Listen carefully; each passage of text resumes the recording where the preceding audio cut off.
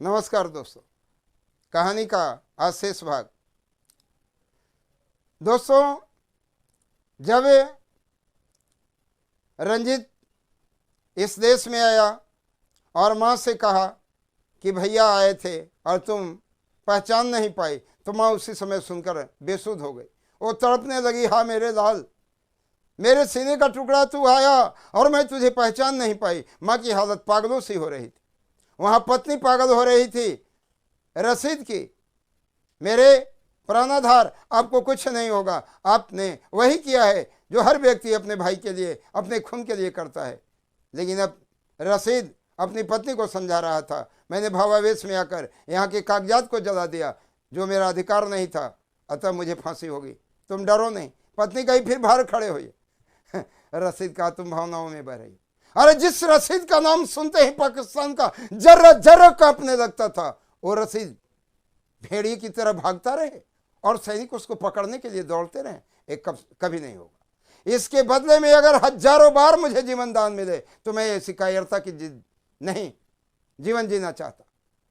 अपनी पत्नी को समझा रहा था। उसी समय सैकड़ों गाड़ियों की प्रकाश एक साथ घर को उजाला कर देते हैं। गोलियों की बौछार से घर थर्रा उठता है।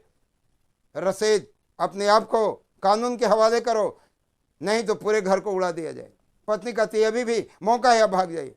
रसीद अपनी पत्नी के थपथपाता हुआ दरवाजा खोल देता है। किसकी हिम्मत है? तुम मुझसे लड़ोगे?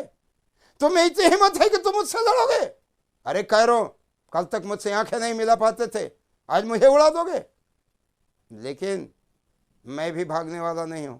और मेरी हाथों में हथकड़ियां डाल दो। हथकड़ियां डालकर जेल में जाया जाता है। उसकी पत्नी कानून के दरवाजा खड़खड़ाकर 1 महीने तक जंग लड़ती है, लेकिन अंत में रसीद को फांसी का ऑर्डर सुना दिया जाता है। फांसी के ऑर्डर सुनते हैं 1 लाख सैनिक वर्दी फाड़कर खड़े हो जाते हैं। हम भी अपने मेजर के साथ फांसी पर चढ़ेंगे, क्योंकि इन्होंने जो दिया है पाकिस्तान को, उसके बदले में इन्होंने कुछ नहीं दिया, और इस सेवा के बदले में इन्हें फांसी दिया जाए। जज ने समझ गया इस हवा को रोकना बड़ा मुश्किल है, इससे फांसी के ऑर्डर को हटा दिया गया। उन सेनाओं को यहाँ वहाँ बिखरा दिया गया। अन कमांडर, अन जनरल, अन ब्रिगेडियर के पास भेजा गया और रसीद के प्रति देशद्रोही की बहुत सी तमाम भ्रामक बातें फैलाई गई, ताकि पूरे पाकिस्तान में इससे नफरत हो जाए। और पूरे पाकिस्तानियों को जब रसीद से नफरत पैदा हो गया तो पुनः इसे फांसी का ऑर्डर दिया गया। इन्हें कागजात जलाने के लिए फांसी दिया जाता है। भाई को बचाने का अधिकार तो था, लेकिन कागजात जलाने का अधिकार नहीं था। और तब पत्नी जाकर पूछती है, आप तो कहते थे दूध का दूध और पानी का पानी हो जाएगा तो मैं छूट जाऊंगा, अब तो मरने जा रहे हैं, फांसी पर चढ़ने जा रहे हैं, तो कम से कम आज मुझे एक भीख दे दीजिए। आप फांसी पर चढ़ने से पहले मुझे फांसी पर चढ़ने की अनुमति दीजिए। रसीद ने कहा, कल तक मैं रसीद था, लेकिन आज रंजीत का भाई हूं। मेरा धर्म मुस्लिम नहीं, मेरा धर्म हिंदू है। और हिंदू धर्म ये कहता है कि पत्नी वो नहीं होती है जो पति के लिए जान दे दे। पति के अधूरे कार्य को पूरा करे वो पत्नी होती है। पुत्र जो पिता के अधूरे कार्य को पूरा करे, शिष्य जो गुरु के अधूरे कार्य को पूरा करे, वो शिष्य कहलाने का अधिकारी होता है। और मेरा अधूरा काम यही है कि मैंने जीवन में सब कुछ किया, लेकिन अपनी माँ को प्यार और मोहब्बत नहीं दे पाया। मेरी माँ मेरे लिए तड़प कर मर जाएगी। जब आज सुनेगी कि मेरा बेटा फांसी पर चढ़ गया, तो दुनिया की कोई ताकत उसे नहीं बचा सकती है। हाँ, उसे बचाने वाली तुम।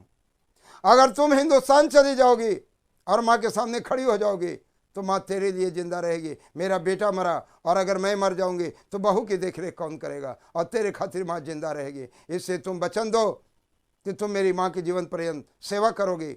और उसी समय ऑर्डर देता है। फांसी भले ही हो रहा था, लेकिन उसका विश्वास, उसका संबल अभी भी पाकिस्तान में बना हुआ था। इससे हवाई जहाज से पत्नी को हिंदुस्तान रवाना करता है, और जब पत्नी जहाज पर बैठ जाती है, बोलता है अलविदा। विदा का मतलब फिर मिलेंगे, अलविदा का मतलब अंतिम विदाई है। जय हो दोस्तों। अलविदा रसीद ने कहा था, अलविदा मैं नहीं लिया हूँ। इस कहानी का अलविदा हो गया है। दोस्तों, अगर मेरी कहानी अच्छी है तो सब्सक्राइब और लाइक ही नहीं करेंगे बल्कि इस एपिसोड को अब आगे बढ़ा देंगे। दोस्तों बहुत देर हो रहा है, अंधेर नहीं हो। दोस्तों जय हिंद, जय भारत।